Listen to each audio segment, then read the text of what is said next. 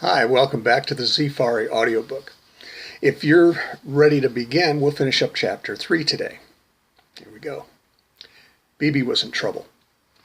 He put down his rifle and stumbled to the storage shed. He opened the door and fumbled about for a cell phone. His hand was shaking so violently that he couldn't dial. He missed half the numbers he attempted to hit. He dropped the cell phone and reached for the red phone, the direct line to their border patrol station in Wichita. Sergeant Earhart picked up the phone. Earhart. She listened. Slow down, Duvalier. I'll get a squad over there ASAP. She pushed a button on the intercom on her desk. Code red, 119th Street South. And then she put her head into her hands. 15 minutes later, two black Hummers slid to a stop at the base of the stairs of platform 119th Street South. 10 men, armed and armored, ran up the stairs. They found Bebe sitting on the swivel chair, a blank expression on his face. Duvalier.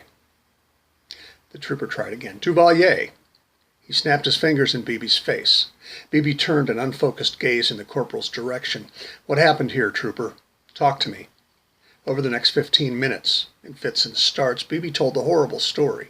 8 members of the squad went down the ladder and formed into a wedge, rushing toward the garage and moving apart into a squad line. They discovered the pools of Lucky's blood near the blasted tree, but Lucky's body was gone.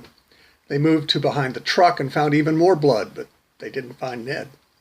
They got the truck running, drove it back into the garage, and filled it up with fuel. The squad cleared the garage and then locked the door.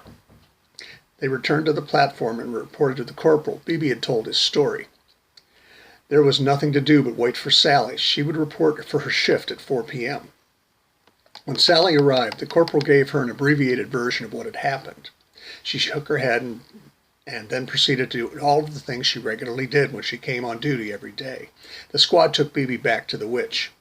The corporal reported to Sergeant Earhart. After she had heard the corporal's brief summary, she picked up the phone and dialed Trooper Hayes.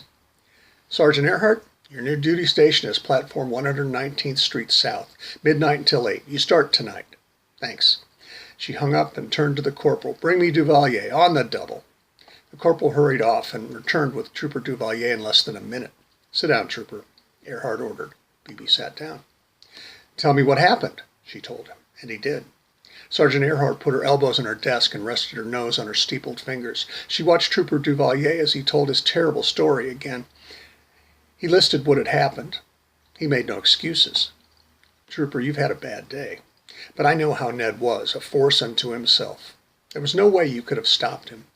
And seeing 2 people torn apart would disturb anyone at any time. You'll have a 3-day hiatus, but you must meet with the patrol counselor for an hour each day. To make it easier for you, you'll stay in the barracks here in Wichita for these 3 days. I'll contact Mrs. McGee to let her know that you're all right.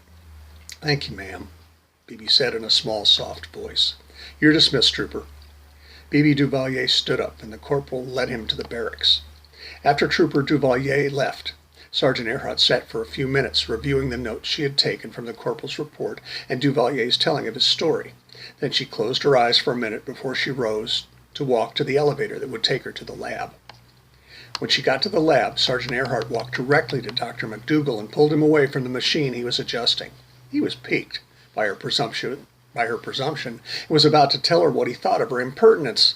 But as she whispered to him what had happened on platform 119th Street South today, his irritation diminished, replaced by many, many questions. Few of which Sergeant Earhart could answer, but she had an idea. Trooper Duvalier is our only eyewitness. He's on a 3-day hiatus from his duty station.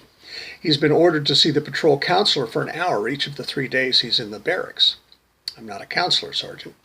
Trooper Duvalier doesn't know that, Doctor, Earhart said. Dr. McDougal smiled. Please tell Trooper Duvalier that I will meet with him in the counselor's office tomorrow at 1. Yes, Doctor, she said.